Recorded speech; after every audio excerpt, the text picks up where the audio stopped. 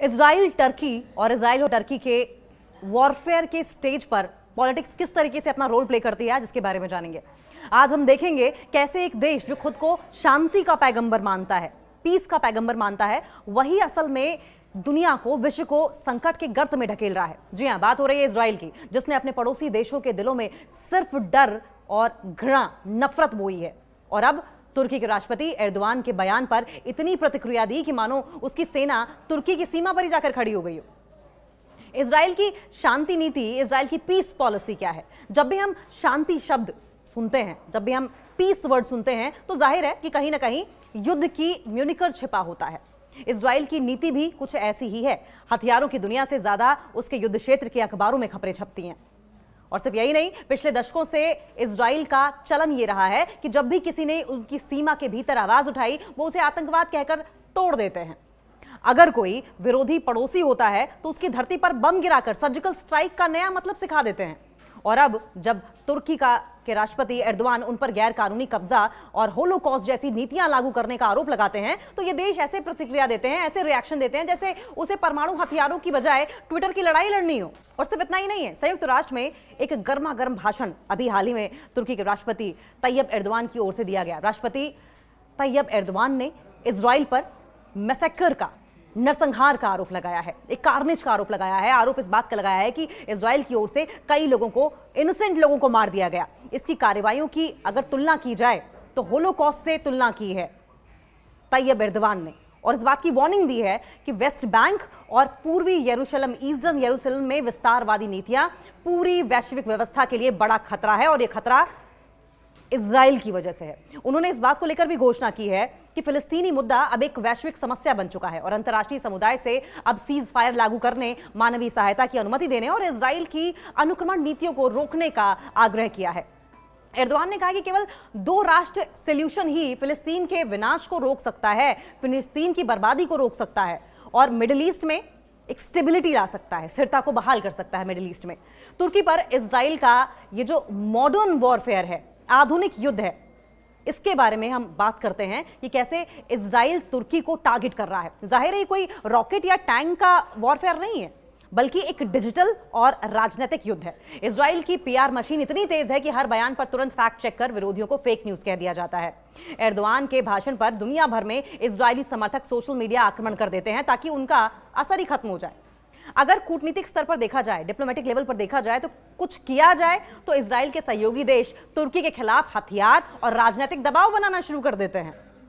Israel की युद्ध प्रिय प्रवृत्ति हमेशा से रही है, हमेशा से इजराइल युद्ध का ही हिमायती रहा है। इतिहास को देखें, प्रेजेंट देखें, इजराइल हमेशा से वॉरफेयर की ही बात करता है। इजराइल के लिए युद्ध, वॉरफेयर केवल सेफ्टी नहीं है, सिक्योरिटी नहीं है, रक्षा नहीं है, बल्कि एक स्ट्रेटेजी बन चुका है। 1948 से लेकर अब तक उसने बार बार पड़ोसी देशों के खिलाफ सैन्य अभियान चलाए हैं, मिलिट्री एक्शंस लिए हैं। गाजा, वेस्ट बैंक, लेबनान और सीरिया में उसकी हरकतें उसकी विस्तारवादी नीति को साफ साफ दर्शाती हैं, साफ साफ दिखाती हैं। अमेरिकी समर्थन के कारण वो बिना किसी बड़े कानूनी या नैतिक रोक टोक के अपने अभियान को इसी तरीके से चलाता रहा है, अपनी मनमानी करता रहा है, लोगों को मारता रहा है, देशों पर कब्जा करता रहा है। इन सब के बीच जब कोई देश या नेता उसकी आलोचना करता है, उसको डिप्लोर करता है, उसकी निंदा करता है, तो इजराइल उसे सुरक्षा खतरा बताकर पूरी दुनिया को दिखाता है कि वो शांतिप्रिय नहीं है बल्कि युद्धप्रिय है।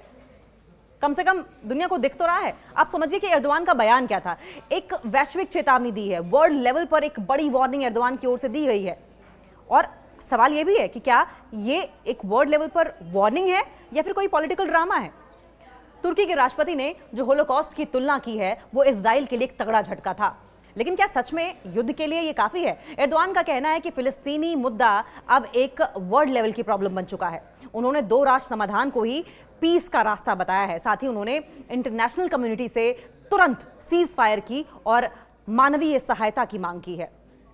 और सिर्फ इतना ही नहीं, इस सब पर इजराइल का जवाब क्या रहा, जो अक्सर चुप्पी साधे रहता है या फिर बहुत ही एरोगेंस दिखाता है, आक्रामक दिखाता है, अग्रेसिव अटैक्स करता है, आक्रामकता के रूप में उसका रिएक्शन सामने आता है। वो यही दर्शाता है कि वो केवल मिलिट्री एक्शन से ही अपनी नीति चलाना चाहता है, मिलिट्री एक्शन ही उसकी पॉलिसी है।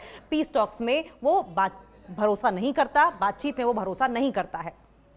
और अब लब्बू लुबाब देखें तो आखिर इजराइल की पीस पॉलिसी है क्या? ये एक ऐसी नीति है जहां गोली चलाने के बाद माफी मांग ली जाती है और जब कोई आपको अपनी हरकतों पर दोषी ठहराए तो आप उसे खतरा बताकर पूरे विश्व को डराने लगते हैं। तुर्की के खिलाफ भी इजराइल ने यही रास्ता चुना है। सोशल मीडिया पर प्रोपेगेंडा फैलाना, युद्ध का प्रचार करना, डिप्लोमेटिक लेवल पर धमकियां देना और अगर जरूरत पड़ी तो फिर फिजिकल वॉरफेयर के लिए भी तैयार रहना। युद्ध की इस पॉलिटिक्स में इंसानियत कहीं खो जाती है और असली पीड़ित हमेशा वही होते हैं जो जमीन पर रहते हैं, मासूम लोग, देश की मासूम जनता। क्या कोई दुनिया के सबसे बड़े लोकतंत्र और सबसे उन्नत सेना से ये कह पाएगा कि मासूम मारे जा रहे हैं, इतना युद्ध मत करो, पहले इंसानियत की बात करो? या फिर ये दुनिया के लिए एक ऐसा सपना ही रहेगा, एक ऐसा ही ड्रीम रहेगा जो शायद इजराइल की शांतिप्रिय राजनीति कभी पूरा ना कर पाए? शांतिप्रिय कहने को है, जाहिर है युद्ध प्रिय है। इजरायली क्यों टारगेट कर रहा है तुर्की को? इजराइल बार बार तुर्की को क्यों टारगेट करने की कोशिश कर रहा है? अब ये भी समझने की कोशिश कर रहे हैं। आइए सोचते हैं कि आखिर इजराइल को टर्की से चिढ़ क्यों है? क्योंकि वैसे तो इजराइल का असली फेवरेट टारगेट गाजा, लेबनान और फिलिस्तीन के लोग हैं, लेकिन अचानक से तुर्की की भी लाइन क्यों लग गई है? तुर्की पे भी क्यों नजरें गड़ाए बैठा है इजराइल? एर्दोआन के बोलने का एक तरीके से दुष्परिणाम कह लीजिए। एर्दोआन का बोलना इजराइल को खटक गया है और यही वजह है कि नेतन्याहू अब इजराइल को एक तरीके से तुर्की का दुश्मन देश के तौर पर पोर्ट्रे कर रहे हैं और तुर्की को उन्होंने निशाने पर लेना शुरू कर दिया है। एर्दोआन साहब बोले कुछ ऐसा जैसे इजराइल के घर के सामने हाईटेक ड्रोन छोड़ दिया गया हो, इतना तीखा वो बोले तो होलोकॉस्ट से तुलना करो और गाजा पर कब्जा बंद करो, फिलिस्तीन की आजादी दो।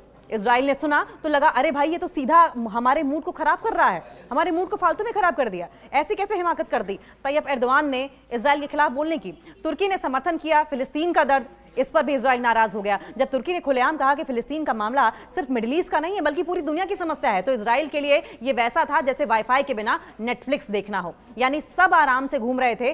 तब तुर्की ने सबको बताया कि ये लड़ाई सिर्फ हमारी नहीं है, आपकी भी लड़ाई है, और इसी पर इजराइल बौखला गया। तुर्की की बढ़ती राजनीतिक हेट ट्रिक है ये। तुर्की अब इस तरीके से इस पॉलिटिक्स को आगे बढ़ा रहा है या पॉलिटिकली इसको आगे प्रोपोगेट कर रहा है कि ये जो हेट ट्रिक है इजराइल की, इसको आप समझें। तुर्की न केवल कूटनीतिक बल्कि सोशल मीडिया पर भी इजराइल की पोल खोल रहा है। वो न सिर्फ डिप्लोमेटिक एक्शन ले रहा है बल्कि इजराइल की तरह ही सोशल मीडिया का सहारा लेकर इजराइल की असलियत सबके सामने लेकर आ रहा है। इजराइल जो सोच रहा था कि हम ट्वीट कर देंगे सब शांत हो जाएगा, पर तुर्की ने तो जैसे गाजा की सारी बातें #फ्री पैलेस्टाइन के साथ ट्रेंड करवा दी। और इजराइल उसने सोचा अब ये लोग हमें डिजिटल जमाने में भी घेर रहे हैं, कहीं ये ट्वीट वॉर हम हार ना जाएं। और यही बौखलाहट की वजह भी बनी नेतन्याहू की। इजराइल का खौफ और तुर्की का बढ़ता प्रभाव क्या है? तुर्की अब न केवल मिडिल ईस्ट में अपनी पैठ मजबूत कर रहा है बल्कि अफ्रीका और अलग अलग जगहों पर भी अपना प्रभाव बढ़ा रहा है। इजराइल को डर इस बात का है कि अगर तुर्की और ज्यादा बढ़ा तो उसकी सुपर पावर वाली छवि को थ्रेट हो जाएगा, खतरा हो जाएगा। तो उन्होंने सोचा कि चलो तुर्की को ही थोड़ा चढ़ाते हैं ताकि वो सोचे कि हम ही बॉस हैं। लेकिन तुर्की इजराइल को बॉस मानने को तैयार नहीं है। इजराइल की युद्ध की जुबान रही है। इजराइल कभी पीस टॉक्स की बात करता ही नहीं, हमेशा वॉरफेयर की बात करता रहा है। सोचो, बोलो, मरो। अगर आपने कुछ सोचा भी इजराइल के खिलाफ, कुछ बोल दिया, तो मरना आपका तय है। जब तुर्की ने कहा कि दूसरे रास्ते नहीं हैं, 2 राष्ट्र समाधान होना चाहिए, तब इजराइल का जवाब यह रहा कि हम तो सब सर्जिकल स्ट्राइक की भाषा बोलते हैं साहब, हमें सर्जिकल स्ट्राइक की भाषा के अलावा कुछ नहीं आता। जो बोलेगा जोड़ेगा भी, यानी तुर्की जैसा कोई बोलने वाला सामने आए तो उसे सेंटर स्टेज से हटा देना ही हमारा काम है। इजराइल तुर्की को टारगेट क्यों कर रहा है? क्योंकि तुर्की ने इजराइल की वो दुनिया में सब पर राज करने की फिल्म का पॉपकॉर्न छीन लिया है। और जब कोई आपके सपनों में घुसकर पॉपकॉर्न छीन ले तो आप तो नाराज होंगे ही भाई।